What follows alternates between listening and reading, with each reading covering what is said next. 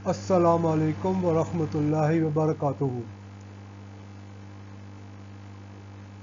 आपको वेलकम करते हैं महमूद अकाउंटिंग चैनल में। और इस अकाउंटिंग चैनल में पिछले साल के सॉल्व पेपर्स के यानी पिछले साल के जो क्वेश्चंस आए थे उनको सॉल्व करके यहाँ पे दिया गया है। कराची बोर्ड के फर्स्ट ईयर के हैं, कराची यूनिवर्सिटी में जो बीकॉम के हैं उनके क्वेश्चन पेपर्स हैं, मगर एमकॉम वाले भी इससे फ़ायदा उठा सकते हैं। और ओ लेवल्स के बहुत सारे पेपर्स हैं, सारे के तकरीबन सारे के सारे टॉपिक्स के हैं। अभी तक मैं टॉपिक 7 तक पहुंचा हूं, तो इंशाल्लाह ताला बाकी के भी करने का इरादा है। तो ओ लेवल्स वाले भी इससे बहुत ज़्यादा फ़ायदा उठा सकते हैं।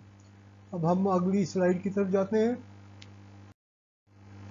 ये स्लाइड शो जो बनाया गया है ये ओ लेवल अकाउंट्स टॉपिक 7 वालों के लिए है, करेक्शन ऑफ एरर्स। इसमें एमसीक्यूज को हल किया गया है और इसकी एक्सप्लेनेशन दी गई है। मगर इससे ग्रेड 11 या फर्स्ट ईयर अकाउंट्स वाले भी फ़ायदा उठा सकते हैं, बीकॉम और एमकॉम वाले भी। यानी जो भी इससे अकाउंट्स से रिलेटेड हो वो इससे फ़ायदा उठा सकता है। इसमें बहुत ज़्यादा इल्म है। तो क्वेश्चंस की तरफ जाते हैं हम। फर्स्ट क्वेश्चन क्या है? Lee a trader discovered an error in her accounting records. She made the following entry in her journal to correct this error. Entry क्या थी? स्टेशनरी को उसने डेबिट किया $20 से और परचेजेस को क्रेडिट कर दिया $20 से। अब यहाँ से ही पता चल रहा है कि उसने जो करेक्टिंग एंट्री की है उससे अंदाज़ा हो रहा है कि स्टेशनरी चूँकि परचेज की थी तो स्टेशनरी को उसको डेबिट करना चाहिए था, मगर उसने परचेजेस को डेबिट किया है। और करेक्टिंग एंट्री के अंदर स्टेशनरी को डेबिट करके और परचेजेस को क्रेडिट किया, परचेजेस को ख़त्म किया। स्टेशनरी जो है ऑफिस यूज़ के लिए, हाँ, अगर स्टेशनरी जो है वो रीसेल पर्पसेस के लिए होती तब तो परचेजेस को ही डेबिट करना चाहिए था, मगर स्टेशनरी चूँकि ऑफिस यूज़ के लिए है इसलिए स्टेशनरी अकाउंट को डेबिट किया गया। अब हम चलते हैं, देखते हैं आगे क्या है। Which error made this correction necessary? A और बी में आप देखिए कि goods purchase for resale purposes, ठीक है, रीसेल के लिए तो दोनों है ही नहीं, ये ऑफिस यूज़ के लिए था, इसलिए ए और बी तो वैलिड ही नहीं है। ओके, सी जो है stationery purchase for office use had been credited to the purchase account. अब क्रेडिट परचेज अकाउंट को क्रेडिट कर ही नहीं सकते थे, परचेज अकाउंट को डेबिट कर सकते थे, तो इसलिए ये भी वैलिड नहीं है।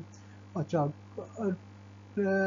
ऑप्शन नंबर डी जो है stationery purchase for office use had been debited to the purchase account. अब परचेज अकाउंट जो है वो हमेशा उसको डेबिट करते हैं जो रीसेल पर्पसेस के लिए चीज़ें गुड्स को परचेज किया गया हो, तो वो परचेज अकाउंट उसमें उसको डेबिट यूज़ किया जाता है। स्टेशनरी चूँकि ऑफिस यूज़ के लिए है तो इसलिए स्टेशनरी अकाउंट को डेबिट किया जाना चाहिए था, इसलिए option D is the correct answer. As stationery purchase for office use shall be debited to stationery account instead of purchase account. Therefore, correcting entry shall be to debit the purchase account. Debit, sorry, correcting entry shall be to credit the purchase account and credit होना चाहिए था. Therefore, correcting entry shall be credit to purchase account and debit to stationery account. ये उल्टा लिख दिया गया, please ज़रा आप इसको करेक्ट कर लीजिएगा, मुझसे भी मिस्टेक हो गई। Okay. Next question is Smith, a customer has allowed $30 cash account. This was entered correctly in the discount allowed account. ये बात समझ लें कि डेबिट क्यों होना चाहिए था, क्योंकि ये एक एक्सपेंस अकाउंट है। Discount allowed is a expense account, इसलिए उसको डेबिट होना चाहिए था, ठीक है जी। This was entered correctly in the discount allowed but omitted from Smith's account. अब ये अकाउंट डिस्काउंट अलाउड अकाउंट को तो डेबिट किया उसने, बिल्कुल सही है, मगर स्मिथ अकाउंट को क्रेडिट करना चाहिए था, ये किया नहीं है। तो अब करेक्टिंग एंट्री क्या होगी? जाहिर है कि स्मिथ के अकाउंट को जो है वो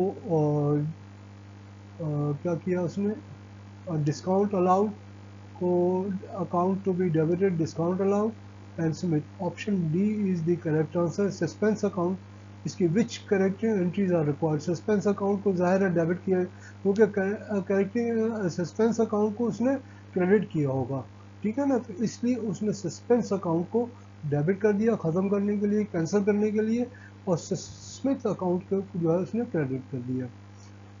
okay, option D is the correct answer. as suspense account was credited, therefore suspense to be debited। ठीक है जी, नेक्स्ट क्वेश्चन की तरफ जाते हैं हम। A check received from Joe was credited to Jonah's account. Which type of error was made? और ये जो है ये कमीशन एरर है, कमीशन टाइप ऑफ एरर है, इसको कमीशन कहलाया जाता है।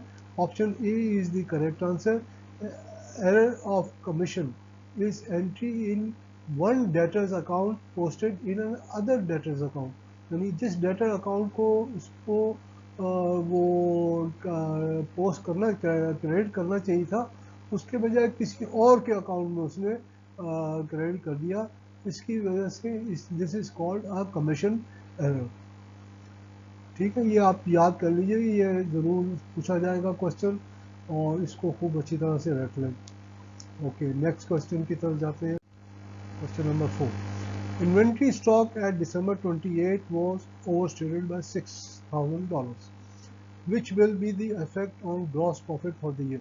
अच्छा, एक चीज़ यहाँ पे समझ लें, December 2008 जो है ये पिछले साल का है, और इस साल की जो है ना ये ओपनिंग इन्वेंट्री है, यानी आप ये कहेंगे कि इस साल की 2009 की जनवरी में जो इन्वेंट्री है दैट इज़ ओवरस्टेटेड बाय $6,000। ठीक है, अच्छा असूल ये है, अगर आप देखिए, if inventory beginning inventory is overstated then the cost of goods sold will also be overstated, as a result gross profit is understated। ये बात याद रखिएगा। तो ठीक है जी, और option B is the correct answer. Gross profit जो है वो अंडरस्टेट होगा, बिकॉज ओपनिंग इन्वेंट्री जब ओवरस्टेट होगी तो कॉस्ट ऑफ गुड्स सोल्ड भी ओवरस्टेटेड होगा, और ग्रॉस प्रॉफिट भी जो है वो फिर अंडरस्टेट हो जाएगा, ऑटोमेटिकली अंडरस्टेट हो जाएगा। ठीक है जी, प्लीज़ इसको याद रखिएगा ज़रूर। Okay, question number 5। A trial balance fails to agree. अच्छा, उसमें बैलेंस नहीं हो रहा। The credit column totals $10,000, two errors are then found. उसको ज़्यादा जब नहीं कर रहा था तो ट्रायल बैलेंस को दोबारा जाके चेक किया। The sales journal is overcasted by $100। एक तो ये चीज़ पता चली कि $100 जो है वो ज़्यादा लिख दिया गया सेल्स जर्नल के अंदर, सेल्स के अंदर ओवर है, तो इसको कम करना होगा। और goods sold to Y on credit for $200 is incorrectly debited to X. अब इससे कोई फ़र्क नहीं पड़ेगा, इससे कोई फ़र्क नहीं पड़ेगा, एक्स को डेबिट करें या वाई को डेबिट करें, ट्रायल बैलेंस पे इससे कोई बैलेंस पे कोई फ़र्क नहीं पड़ेगा, क्योंकि डेबिट साइड पे ही लिखा गया है। मगर चूँकि सेल्स जर्नल जो है वो ओवरकास्ट ज़्यादा लिख दिया गया है, तो सेल्स के अकाउंट को कम करना होगा $100 से, और बी हमारा जो है वो करेक्ट आंसर होगा। 10,000 minus 100, 9,900। The second error has no effect on the trial balance. ठीक है जी, क्वेश्चन नंबर 6 की तरफ जाते हैं। Which is an example of compensating error. Compensating का मतलब यह है कि एक मिस्टेक को दूसरे ने जो है वो उसके बदले में कर दिया, कोई ओवरऑल बैलेंस में फ़र्क नहीं होना चाहिए। A payment of motor vehicle repairs is debited to the motor vehicles account, ये सही नहीं है। A purchase of goods from C Jones is credited to the account for C Jones, इससे भी कोई नाम का कोई फ़र्क नहीं पड़ेगा, कंपनसेटिंग एरर नहीं है ये। A sale of goods $65 to a Aziz is entered in the books as 56, ये भी बैलेंस में फ़र्क आएगा, इससे कंपनसेट नहीं होगा। The wages account is undercasted, अब ये होगा the wages account is undercast, वो कम कम लिख दिया गया, and the rent account is overcast bye $100। तो एक दूसरे को उसने ज़ीरो कर दिया, ठीक है, एक अंडरकास्ट दूसरा ओवरकास्ट, तो उन्होंने एरर ने एक दूसरे को कंपनसेट करके ज़ीरो कर दिया, उसका इफेक्ट जो है वो ज़ीरो हो जाएगा। Compensating error is when the error on the debit and credit side are compensating each other, ठीक है, और of the same amount, sorry same amount भी है, ये भी ये बहुत अहम जो है वो शर्त है कि अमाउंट भी सेम हो, यानी अगर ये होता कि अंडर कास्ट जो है वो $200 होता और ओवर कास्ट जो है $100 होता, फिर कंपनसेटिंग एरर नहीं कहलाता वो, ठीक है। तो चूंकि बैलेंस वो सॉरी अमाउंट जो है वो साल बराबर था, तो एक दूसरे को उसने कैंसिल आउट कर दिया। नेक्स्ट क्वेश्चन की तरफ जाते हैं हम, question number 7, which is an error of omission. Omission का एरर जो है ना ये होता है कि उसको ओमिट कर दिया, उसको छोड़ दिया, ओमिट कर दिया, छोड़ दिया, लिखा ही नहीं, ठीक है, यूं समझे आप, सादा अल्फाज में लिखा ही नहीं। अच्छा, ए में क्या है, rent paid in cash not entered in the rent account, rent account में नहीं, किसी और कैश में लिख दिया, ठीक है जी, किसी और अकाउंट में लिख दिया है मेरे ख्याल में।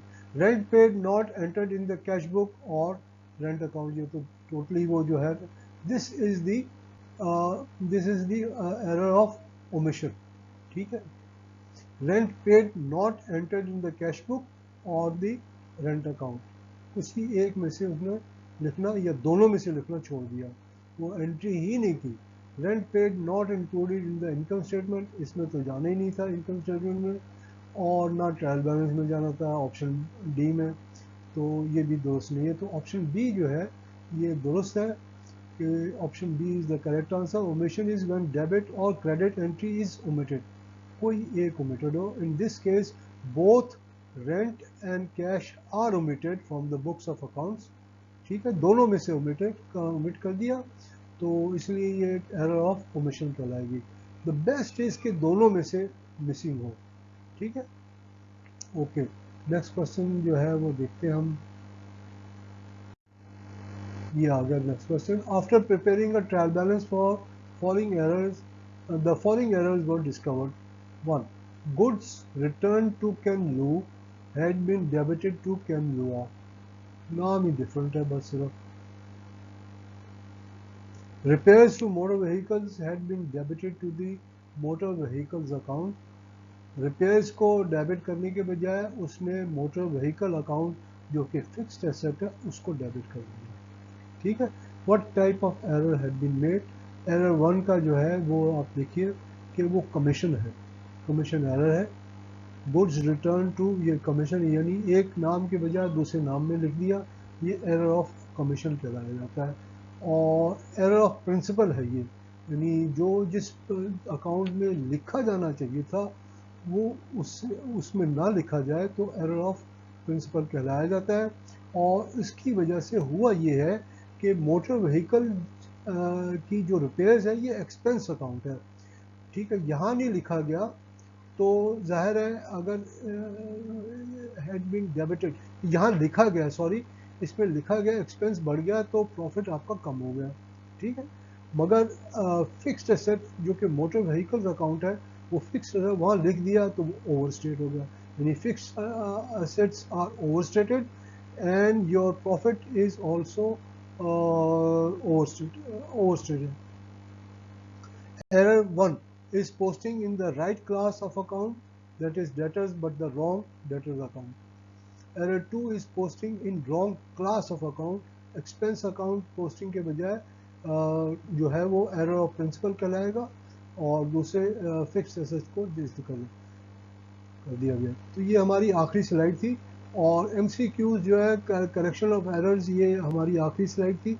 इसके बाद जो थ्योरी पे क्वेश्चंस आएंगे इंशाल्लाह ताला, और उसमें से भी 10 क्वेश्चंस हैं, वो आपसे गुजारिश ये है कि उनको भी खूब अच्छी तरीके से प्रैक्टिस करें। और ये फर्स्ट ईयर वाले और BCom वाले और MCom वाले भी अगर इनको प्रैक्टिस करेंगे तो इंशाल्लाह उनके नॉलेज में बहुत इजाफा होगा और अच्छे नंबरों पे पास होने के बहुत ही कभी इम्कान हैं। अल्लाह हाफिज़।